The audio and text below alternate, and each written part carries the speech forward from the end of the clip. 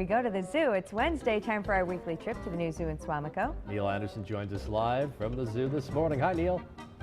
Hey, good morning. Well, we're out here with the lions this morning, waking up with them, and you know, it's interesting, we kind of broke their routine up today because normally they're fed by now. Now, the next segment, we're going to go ahead and feed them inside, but you can see Ajay, our female over there, she's looking around for the zookeeper with the food, because normally what happens in the morning is, you know, we'll have two zookeepers start out in the zoo. We talk about safety and everything in the zoo.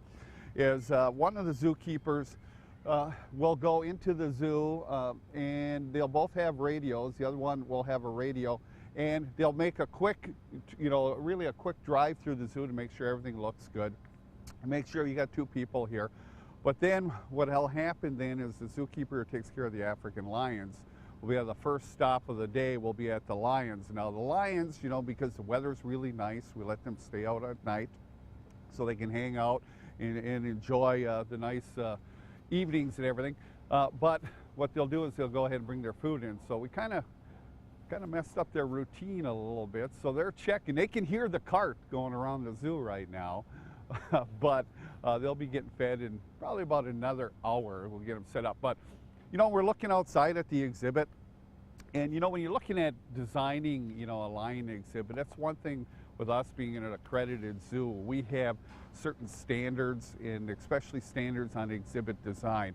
Now, I wanted to show you this is a large document, which is the Lion Care Manual. And this was, of course, created by the AZA Lion Species Survival Plan in association with the AZA Feline Taxon Advisory Group. But this has everything from the top to bottom of lion care, but also a large section on exhibit design. So when you're designing an exhibit here, obviously you want to make it safe for them, for the public as well. You know, there's certain specifications for wire gauges. You know, it's got to be an 8 gauge or heavier.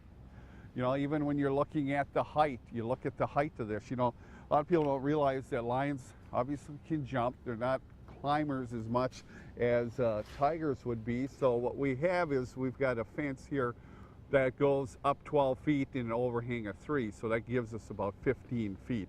So that's pretty much the standard. But if you take a look along the ground too, lions can dig. Naturally, you know, they'd be digging out aardvarks and things like that. So what we have underneath here is... You don't have aardvarks under there, do you? No, we don't. We better not have an aardvark. But you know, the thing is we've got to make sure, you can see there's a lot of rock that goes along the edge here. Now we do that just to help deter them from digging. You know, our guys aren't real big diggers, but you know what? They maybe decide to do that. So the fence itself goes down 3 feet, so it is buried around there.